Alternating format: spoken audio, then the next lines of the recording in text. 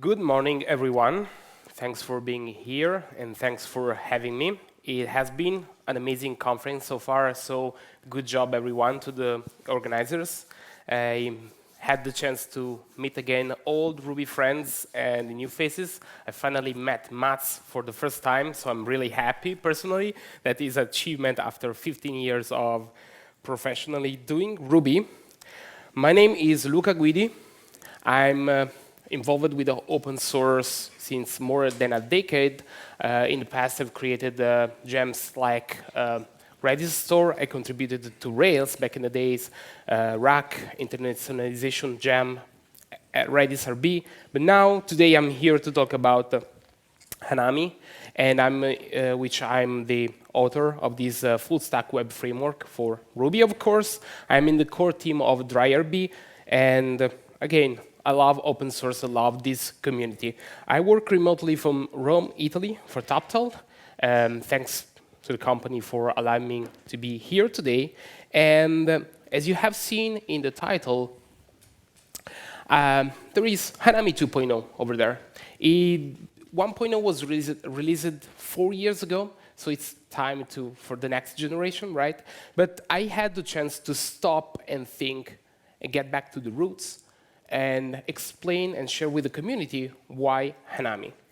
So let's talk about the motto, the web with simplicity. I just wanted a simple approach to Ruby web development, less DSL, no monkey patching, lightweight system to reason about. I wanted something that was respectful of Ruby. This goes beyond monkey patching. Ruby, to me, is an immense, extraordinary language that already indicates us the way how to build applications, how to build systems. We just needed to listen to this extraordinary language. And indeed, the logo and the name is a bridge to the Eastern community. It pays an homage to the Japanese core team and the fact that Ruby was born in Japan. Hanami is a Japanese tradition and brings together people with joy, and it's something that I want to bring to the community, joy of and fun to build applications with Ruby. It's a tradition of seeing cherry trees to blossom together with family, friends, and loved ones. And this is a cherry blossom, of course. It's something more simpler than a cherry blossom. But the point is there is the Ruby emblem at the center of it, and it, for me, means that I respect Ruby and I built Hanami around it. And the circle to me means, the circle in there means that I want to protect the language, not try to change it, just listen and embrace what this extraordinary language gives to us. I wanted a framework as a guidance for developers. That means not just to build something that is fun for the first 2 months and then you won't just quit the job after a year because it's just unmaintainable. I wanted Hanami to be not just a tool to build up, but also a kind of educational tool to pay more attention to long-term maintenance.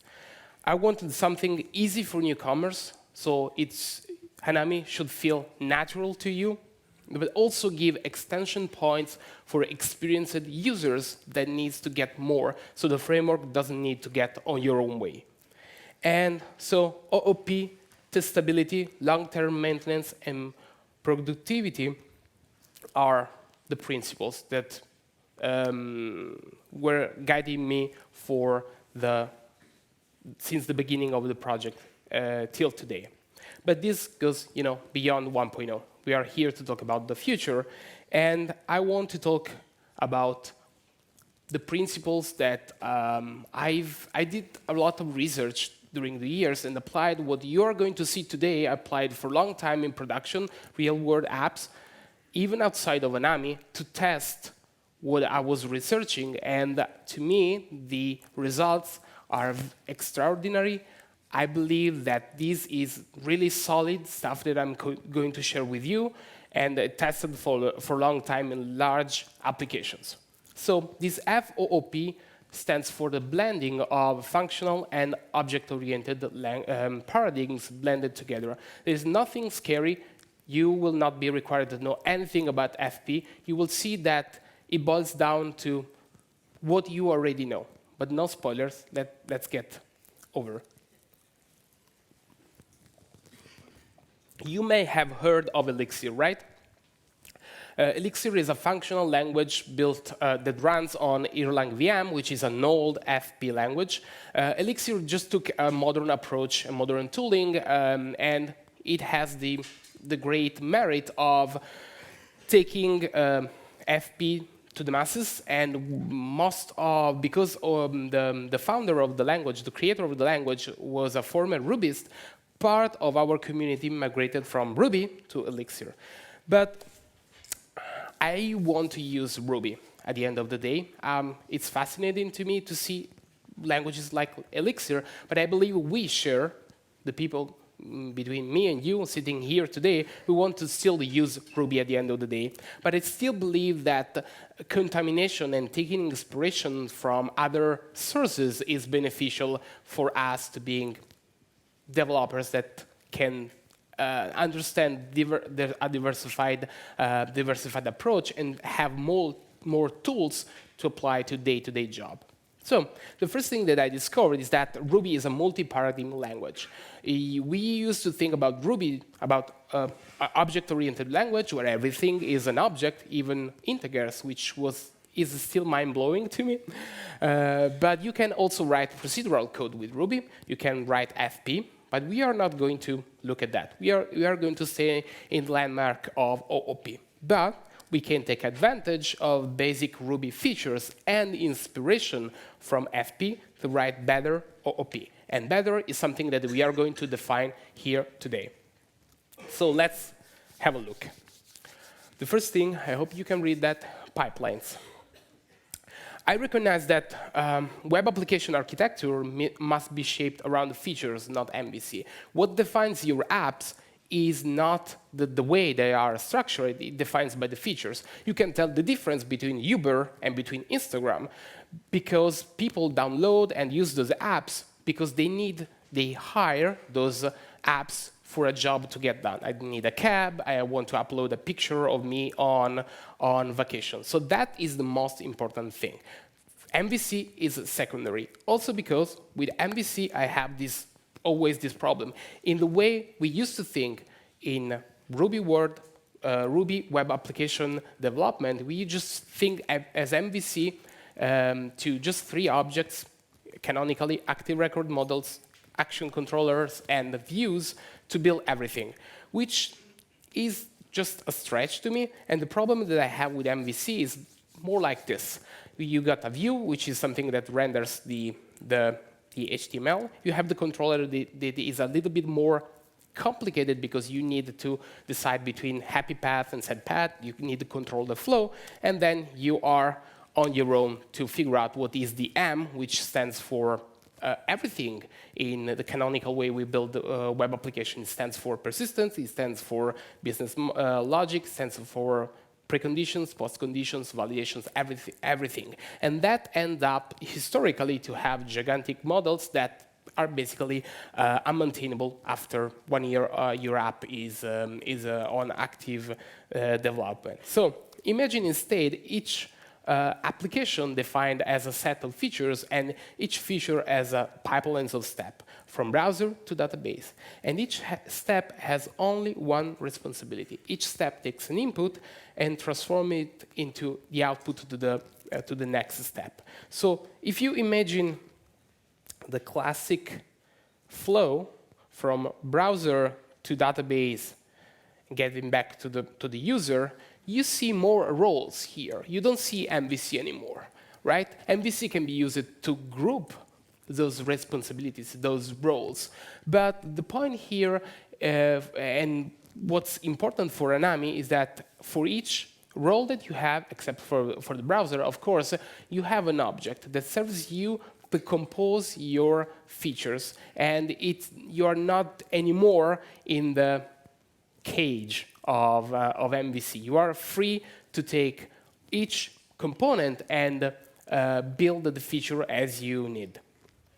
So each step has a clear, defined goal, which leads us to build small objects. And if we implement each step with a single object, we end up to satisfy single responsibility principle. Why this is important? This is not important because it's written in some book, but it is important because having a smaller object, you have more cohesive objects. They are maintainable, easy to reason about, easy to test. Okay? And the equivalent in functional world are small functions. You take those small functions, you combine together to solve more complex problems. You have a function to sum two numbers, you combine them with other math-related functions. You can solve complex equations, for instance, okay? And they are like Lego bricks. Small objects are Lego bricks. You can build whatever you want with the same Lego brick, like a Millennium Falcon replica, whatever, but everything starts with the same Lego brick. That means you are forcing yourself to build your objects to be reusable across your system. But that is not enough. If you have for each step, one object, it's not enough. You are clear responsibility, separation of responsibility, but you have no protocol shared across those objects. So to make those pipelines work, steps must agree on a similar design. And historically, we had a great example in the Ruby community, which is Rack. Rack was introduced in 2009, and for those who did web development before that year, you clearly remember that it was a mess, but then Rack was introduced. The great advantage was to create a protocol, a very simple protocol, and an implementation of that protocol to make all the web vendors, which are frameworks and servers, to communicate each other. And now we have a unified ecosystem. So we have components that can talk together thanks to the protocol. Still works? OK. And what the Rack protocol says, it encourages you to use call. Everything that responds to call is a Rack endpoint. But why they ended up to choose call? Why? Because again, it's a matter of listen to the language.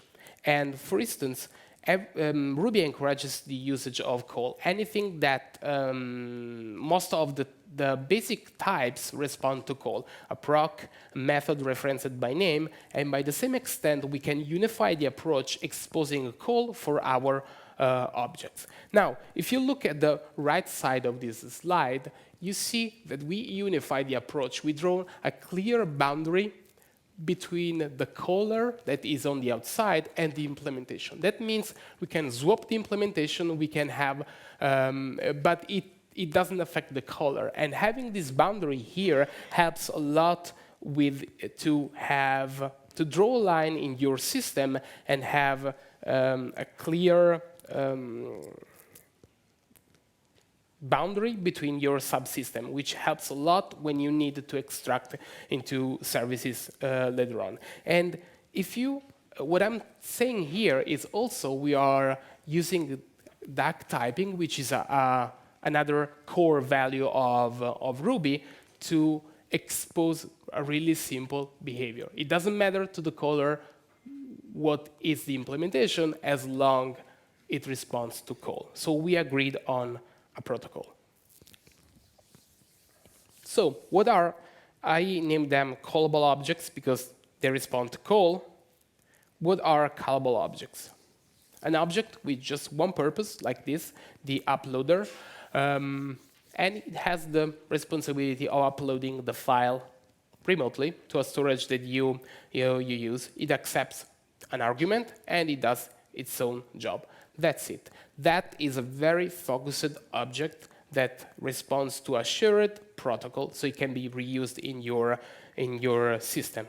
And Hanami 2.0 components will all respond to call to make this shared set of shared protocol between those components. And we can take it further with dependency injection, which is another concept from OOP. And to me, OOP is the art of arranging dependencies. Really good architectures pay attention to dependencies. That means having a few collaborators for each object, having dependencies that just go from one direction to the other. It's really hard to figure out in a complex system, but at the end it boils down to me, OOP, it's more than 80% paying attention to dependencies. So we can refactor our uploader and pass it to the initialize. Now, dependency injection may sound complex or just hard to use or something unnecessary, but we did just with this small refactory, we did two great things. The first one is that if we adopt this system to inject dependencies, we can read the code consistently across our code base, expecting dependencies to be declared in initialize. So you can have just the first side to understand how complex, how many collaborators your object has, just looking at the initialize method of all the objects in your system. Okay, and the second great thing that we did here is to make testability a lot easier, okay? Because we can now pass a mocked object and avoid to upload for real a file on the remote storage. So just with a small refactoring, we did two great things. And you don't have to worry if you are using this uploader with the keyword arguments passing the default like this. You can still do uploader.new and move on with your life, but the internal design of this object has improved a lot. So as a rule of thumb, use initialize for dependencies and call for input. This is a great rule of thumb that I found really, really useful over the years. Now let's move on really quickly. Pure functions. Now let's see something from FP. Pure functions, just brutal definition, pure functions, the output depends only on the input. That means I've got two numbers to sum together. 2 plus 2 is 4, and I will always expect to get 4 as a returning result of my logic. Why this is important? Because the more you design objects like this without relying to the internal state, the more you get deterministic object. What that means, for a given input, I always expect to observe the same output. That drives predictability to your objects, which is good, because bugs in the end are just an unpredictable behavior. And here you are forcing yourself to make your object focused and predictable. So in other words, we don't want to have state if possible. What that means? Objects like validators, in the case of Anami, they just hold a set of rules that you define to validate the input, but they don't hold the input. Okay, they are stateless, and they accept the input and return the output, telling you if the incoming data is valid or not. But there is no need to recreate over and over that object because it forces to hold the data. It's a stateless object, and it got instantiated once, and it can live forever for the lifetime of your from deploy to the next deploy, basically. So stateless objects are less prone to bugs because they don't have to need to fiddle with something that they hold. They just are like Unix. Unix commands are a great example. You know, all the Unix commands that you use to manipulate data, you don't expect ls or grep to mutate themselves. They just are steps in a pipeline. They accept input, return output, and you can chain together with other Unix commands to have the end result that you need. But when state is needed, because we need state, right? Data is represented by the state, and it's the most valuable asset that we have in our apps. We want it to be immutable. What that means is you have entities, for instance, that are holding the data. they cannot be changed. Now, this doesn't mean that you cannot assign a variable anymore. That means you have specific result objects that are mutable, but they are passed through one object to the other. Imagine like a factory, okay? Me sitting in a factory, and there are raw materials over there, and out there there is, the final product. So we pass the raw material, we elaborate. Each one has their own responsibility, a shared protocol for the whole pipeline, and we are passing over and over the raw materials from the raw materials to the final product. That means we are mutating the output, but we are not mutating the steps, the structure of the pipeline. That is the level of immutability that I'm talking about. You can still, having the result object passed over and over and be changed for each step of your pipeline. Why this is important? Because again, it guarantees determinism. We have seen that determinism drives predictability and thread safety. Now, if you're using Puma, Sidekick, you need to guarantee that your app is thread safe, otherwise you will run into really hard to spot bugs. So having your objects to be immutable by design helps you to get thread safety for free. And that means that Hanami 2.0 components will be immutable, except for the objects that you pass from one layer to another. And because those actions, views, repositories will be immutable, they can be instantiated only once at the boot of the app. Okay? And that instead of, for each incoming request, recreate over and over the views, the actions, repositories, and so on, you don't do that. You have those objects are stateless. They are referenced in a registry that is accessible to you as a final developers, and that alleviates a lot the pressure on the Ruby garbage collector, because you need just to create over and over the result object that you pass around, but you don't need to recreate over and over heavy objects like actions, like views, and so on. So that helps to be Hanami to be much more lightweight. And again, Hanami will use this container, this registry, for instantiate those objects at the boot time and store the reference over there. For an in-depth explanation of all those topics, I suggest you to watch this talk, Functional Web with Hanami, where I start from scratch, from what is a function to the design of complex system. So to wrap up this part, FP inspiration applied to Ruby leads to better, which means compatible, single-proposed, thread-safe, maintainable OOP code. And if you notice something interesting here, we talk a lot about FP, but we have not applied, we have seen just basic stuff. We have just seen the usage of initialize and the usage of call. And that's it. It boils down to digest a lot of influences, but to apply to something that the language already indicates to us. Okay?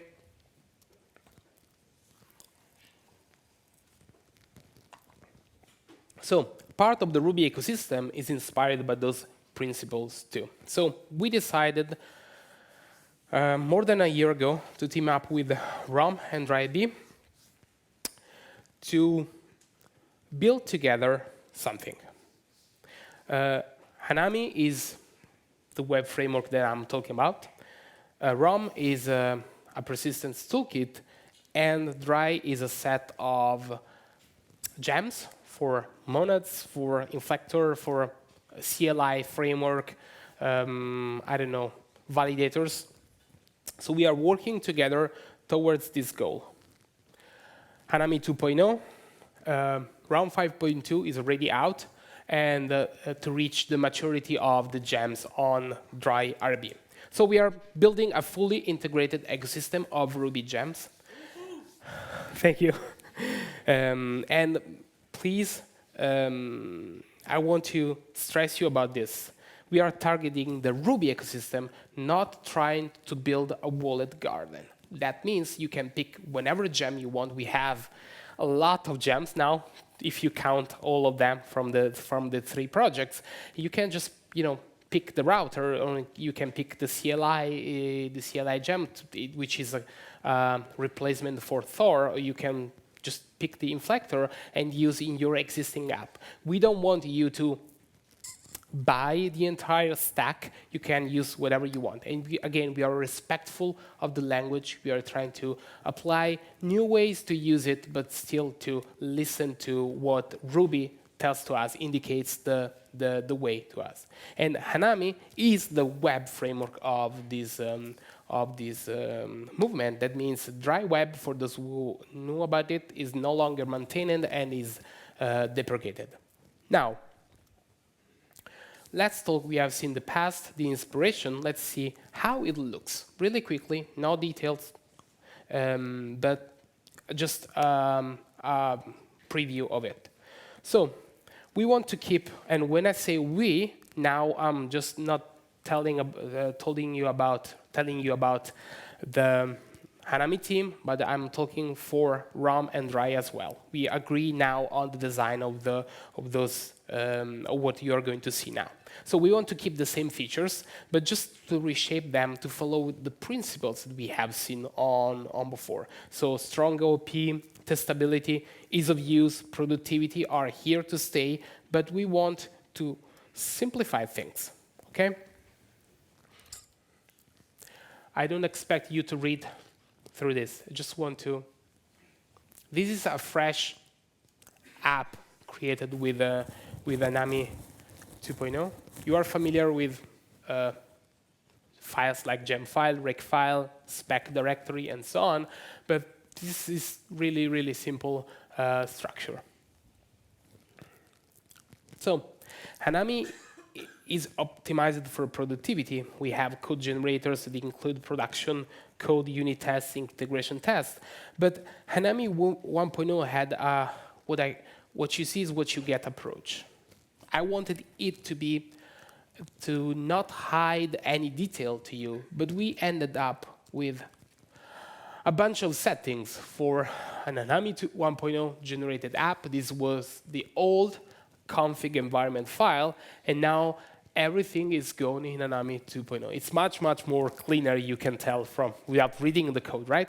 So I tried to take the opposite direction, to not having everything defined to you for your eyes, because we got a lot of feedback that was overwhelming. So we decided to take the opposite direction, to have everything defined by the framework internally, and if you needed to customize something, you just write your own exceptions here. So it's much less overwhelming for newcomers. We removed all the settings that were scattered around in just single place that is the application. And now let's see the components. First thing, I've written the router for this is the third time that I write it. That means 1.0, 2.0 alpha 1, and 2.0 alpha 2. We will get later during the talk. New actions. An action is an endpoint for your route.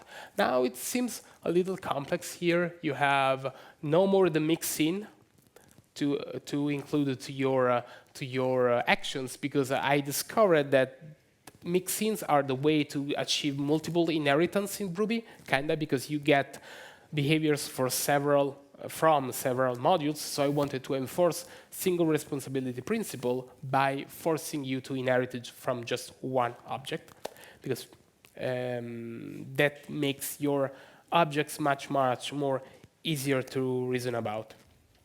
And let's refactor it.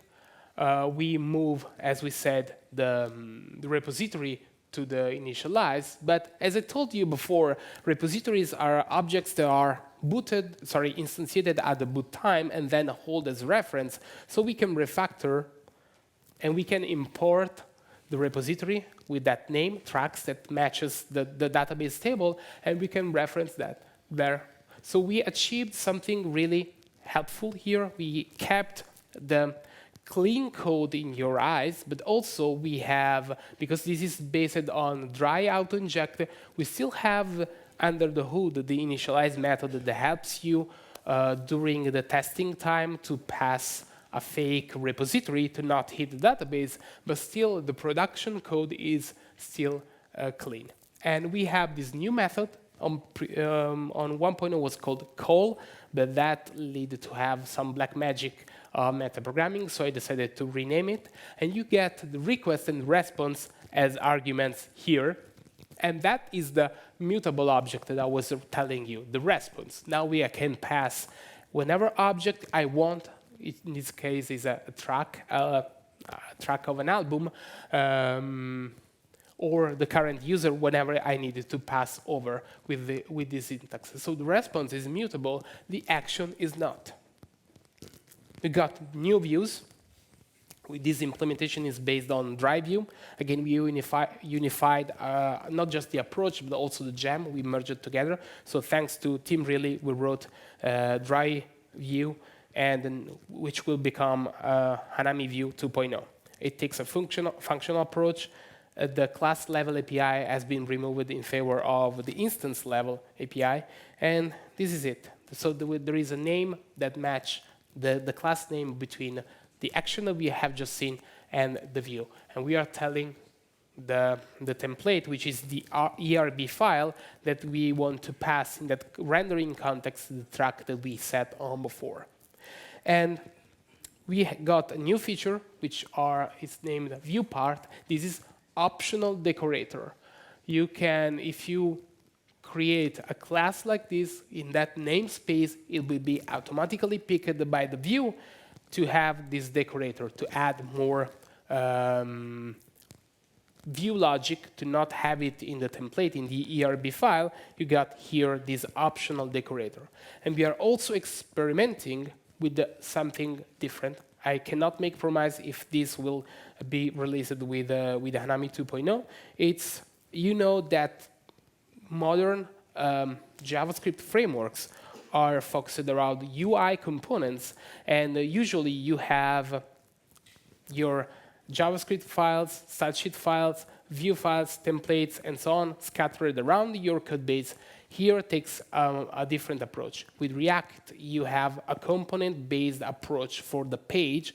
Each React component is a portion of your screen, let's say. And here you can have this directory that's called components, where you put inside the view, the partial, and all the assets that you need. So it maps one-on-one the front-end code with the back-end code. This is optional. This is experimental. We are still wrapping our head around how to make this usable and for you. But we are also thinking not just to the server side, to the front end as well. We have a new model, which is based on ROM. It's just a thin layer on top of ROM, 3 directories, entities, relations, and repositories. Let's start with the repository, which is the object that is responsible to read and write data to the database. Okay? We have the entities, which are the returning object of a database operation. You create a new record, you get an entity back. Okay? And the entity is responsible to have to implement a little bit of business logic. For instance, for the user, it exposes this password method that uses bcrypt, for instance. And last thing, this is based on ROM, the relations. There are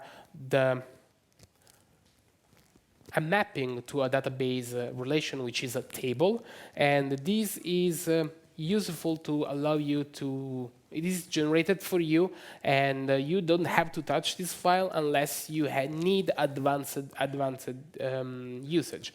That boils down to what I've seen at the beginning of this talk. That means it must be easy for newcomers. This file gets generated for you, but if you are a power user, you look at relations, and you can have schema mapping, the scopes, views, advanced Postgres types, here in this location. But if this is not your stuff, you just leave that file alone. So again, you get a balance between simplicity for newcomers and extension points for power users. Change set, if you want to use, for instance, upsert,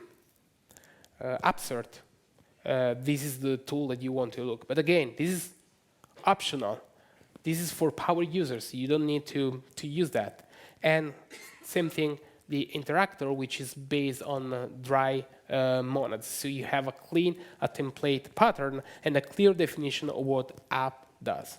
And you can use monads as returning value to determine if the result of your operation was successful or not. Now, we have seen, skip it through, the main pillar of Hanami, but there is the classic one more thing to add.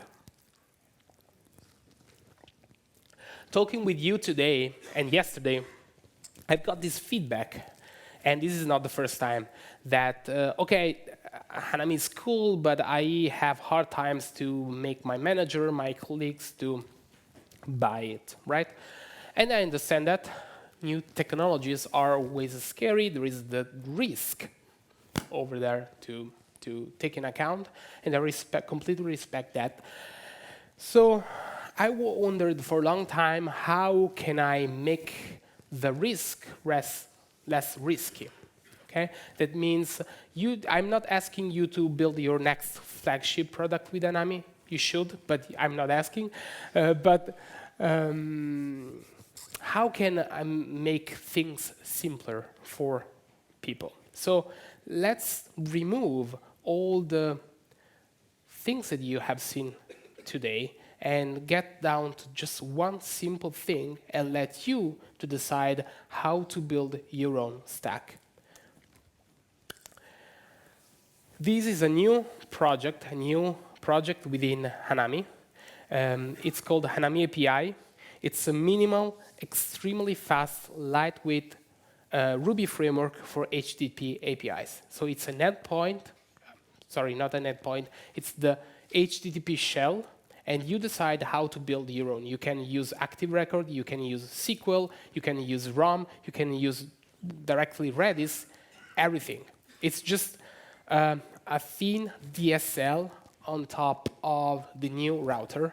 This Hanami API just 200 lines of code, and the new router is just 700 lines of code. So it resembles what you already seen. It combines the old style of the Hanami router, where you have the HTTP method, the path, and the endpoint. It can be anything. It can be an Hanami action. It can be anything. But also adds the block syntax that you are already familiar with. This is an example. You don't have code generators. You don't have CLI. You have the gem, and you build like this, inheriting from an API, and you have support for rack middleware. You have the block syntax, which is inspired, of course, by Sinatra.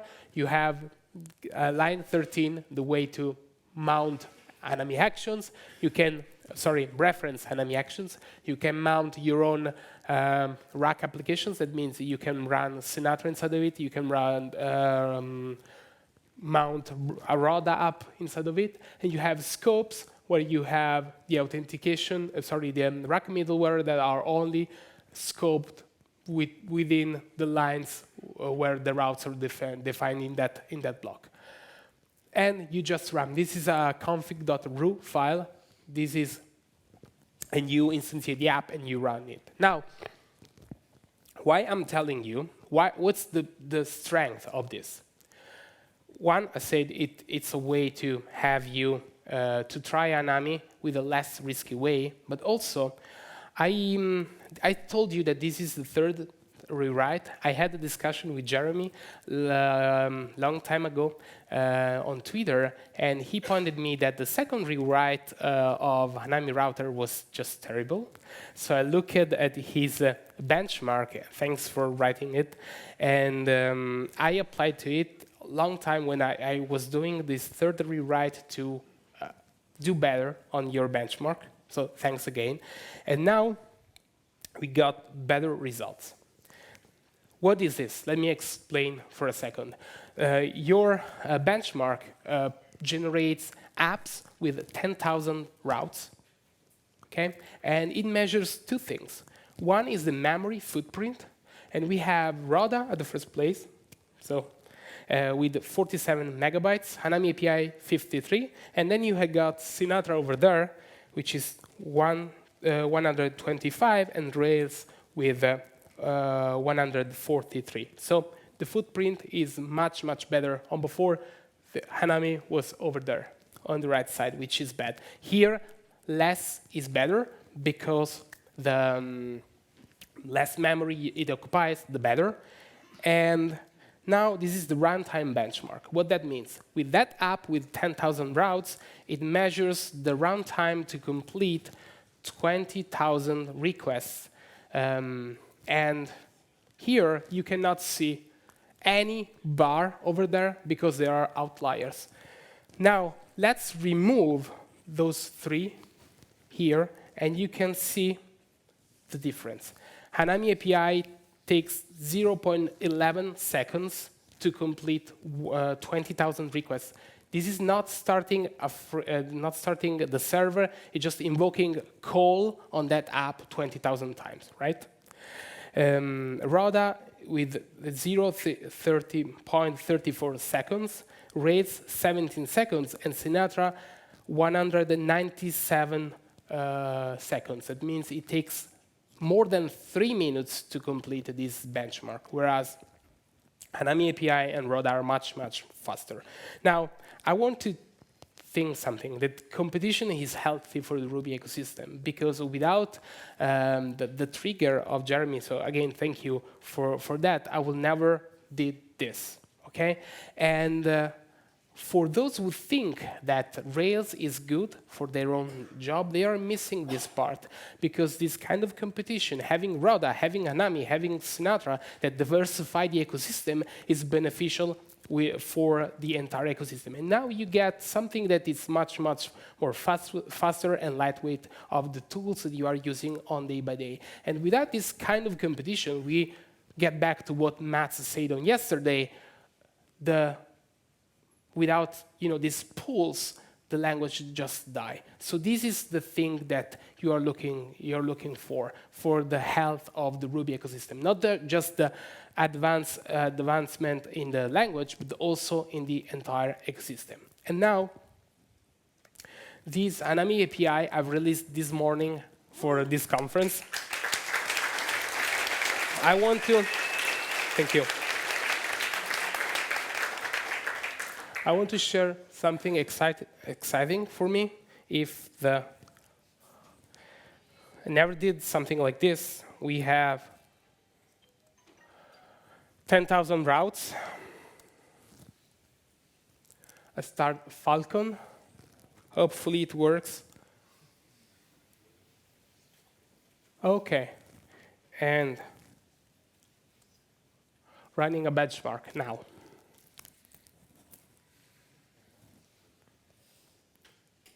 10 seconds, just a little bit of suspense. 50,000 requests per second. This is, I'm sure that RODA will do the same. That is the level of speed that you can get with Falcon and an Hanami API or similar tools. This is something that you may find useful for your applications. So.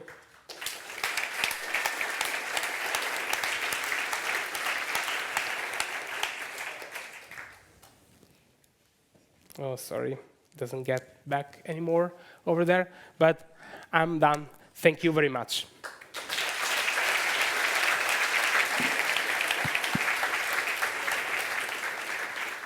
Thank you. Thank you to make the Ruby world move forward. Thank you. Do we have any questions? No question? Ah.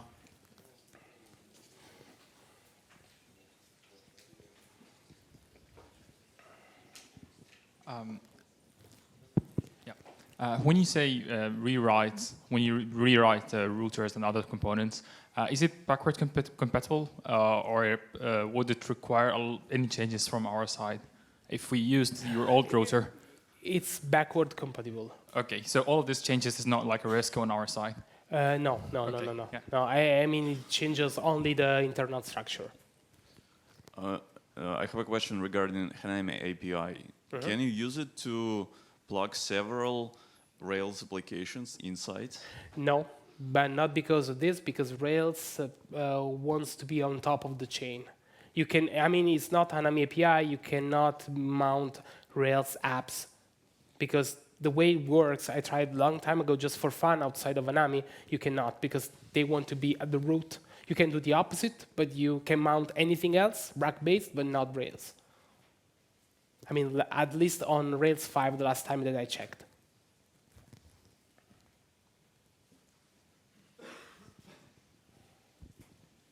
Hi.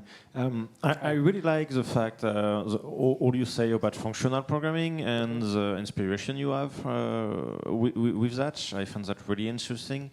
One of the main arguments against functional programming is that it's hard to learn for developers. Do you agree on that, or what's your opinion on that? Yes, I agree on that. I agree on that. That would be too much a stretch to write functional programming style with Ruby, but again, my job here, I hope that this got across that at the end of the day, I didn't talk about monads, I didn't talk about recursion, I didn't talk about whatever. It's just an inspiration, but at the end of the day, I suggest to use initialize, which is a well-known construct, a well-known method, and a call. That's it.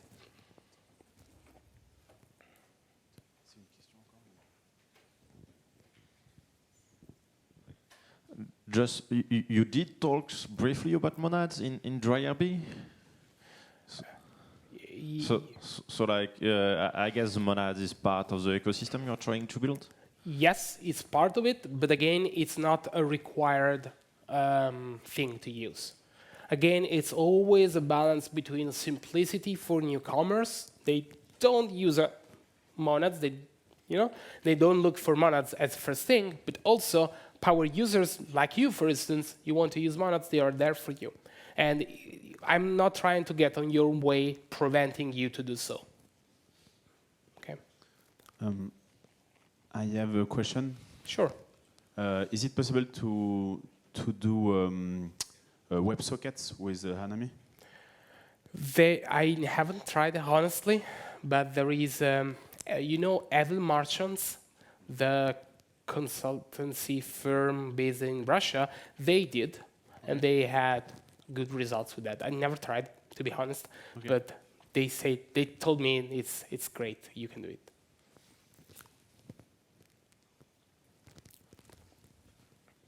Anybody else? Questions? Okay. If you don't have right now, you can reach me today in one-on-one conversation. I've got stickers. I forgot to tell that, so at least say hi. Thank you very much. Thank you.